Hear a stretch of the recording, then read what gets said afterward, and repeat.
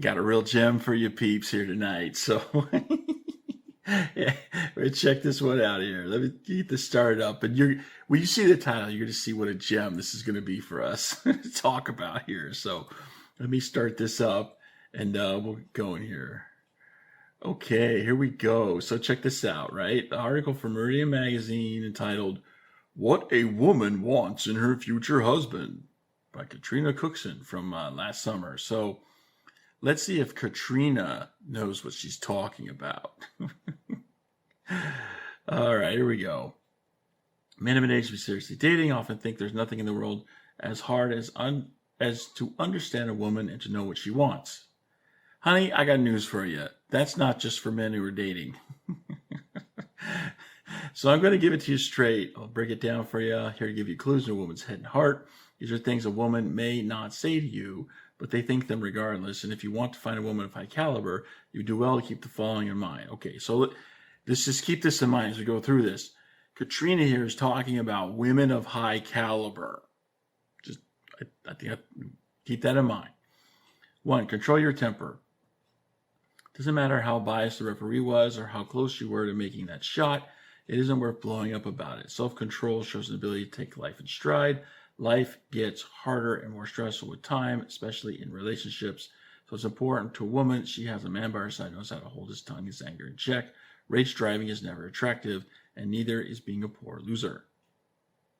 Okay, looks like there's some code here that got included erroneously.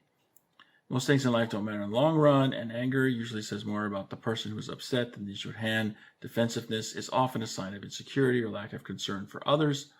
It's better to keep a cool head and learn how to solve problems that will surely come. Most of the time, we don't remember how many shots you score, but we sure won't forget it if you throw a tantrum.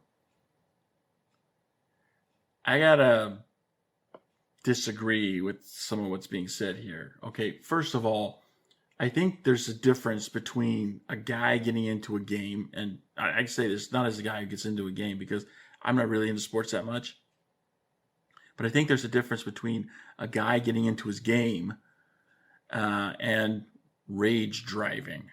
Okay, now, if the guy is still bickering about it 2 weeks after the fact, then you probably have a point. But just because he gets into I'm sorry, I just don't think they're the same animal. I don't think they're the same animal. And so I wouldn't